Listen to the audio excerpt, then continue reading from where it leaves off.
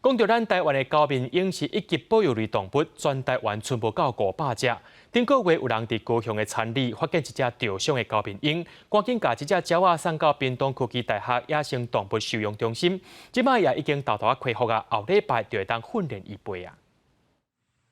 高面鹰看起来碰过面真古锥，不过这只高面鹰是受伤，搭送来屏科大野生动物收容中心，因为伊是正面的膝骨骨折，惊伊伫个治疗过程黑白当。工作人员爱甲伊麻醉翕伤了后，共时间抽血做镭射治疗，希望伊赶紧好起来。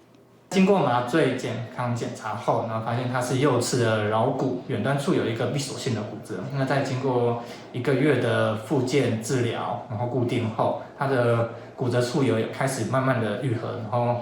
开始变得比较稳定。这只高面鹰其实是顶个月伫高雄一个产地，互人发现，才送来这治疗。加在经过1个月，复原的情形真好。经过1个月的 固定修复后，我们也可以看到它在骨折处的地方也开始有一些骨愈合的产生。那在等待大概1、2周的时间后，我们就可以将它的包扎去做拆除，然后让它开始去训练飞行。 高面鹰嘛是一种鸟头鸟，不过目前伫台湾的数量真少，估计才3、400只。收容中心嘛罕得治疗受伤的高面鹰，即摆伊真好运，互民间救援，健康了后就会当放线。记者邓家文、赖伟做，屏东报道。